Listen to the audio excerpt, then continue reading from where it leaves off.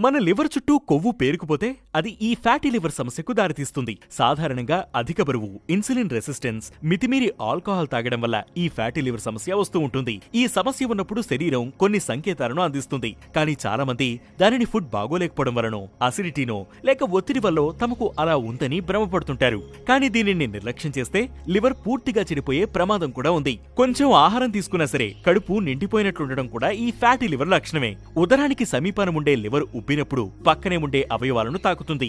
ఈ ఒత్తిడి వల్లే తక్కువ తిన్నా కడుపు నిండిపోయినట్లు అనిపిస్తుంది. కడుపుకి పైన, ఛాతీకి దిగువ భాగాన కూడా చిన్న నొప్పి లేదా అనీజీగా ఉన్నట్లు అనిపించడం కూడా ఫ్యాటీ లివర్ లక్షణమే. దీనిని కండరాల నొప్పి లేదా గ్యాస్ నొప్పి అనుకుని చాలా మంది లైట్ తీసుకుంటారు.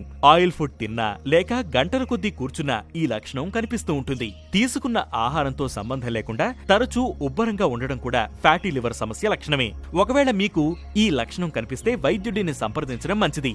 వాంతులు, ఫుడ్ పాయిజనింగ్ అవ్వకపోయినా వికారంగా ఉంటే అది కూడా ఈ ఫ్యాటీ లివర్ లక్షణమే అంటున్నారు వైద్యులు. ఎక్కువగా ఈ లక్షణం ఉదయం కనిపిస్తుంది.